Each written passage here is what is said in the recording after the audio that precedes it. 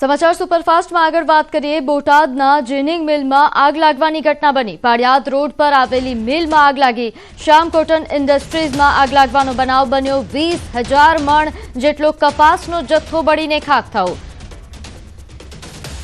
ત્યારે હાલ આગની ઘટનાને લઈને વધુ વિગત સાથે આપણી સાથે સંવાદદાતા વિજયસિંહ જોડાઈ ગયા છે। વિજય, આગની ઘટનાને લઈને શું વધુ અપડેટ? ચોક્કસથી જણાવો તો પ્રીતિ, બોટાદના પાળિયાદ રોડ પર શ્યામ કોટન ઇન્ડસ્ટ્રીઝ આવેલી છે, ત્યાં ગંભીર આગ લાગવા પામી છે।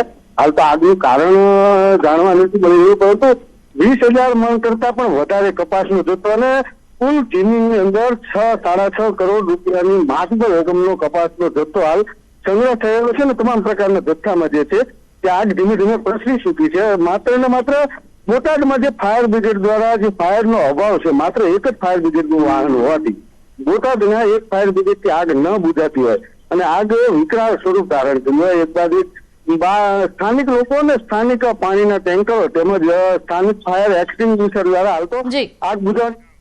જી આભાર માહિતી આપવા બદલ। તો આ જ રીતે સંવાદદાતાએ જણાવ્યું, પાળિયાદ રોડ પર આવેલા મિલમાં ભીષણ આગ લાગી।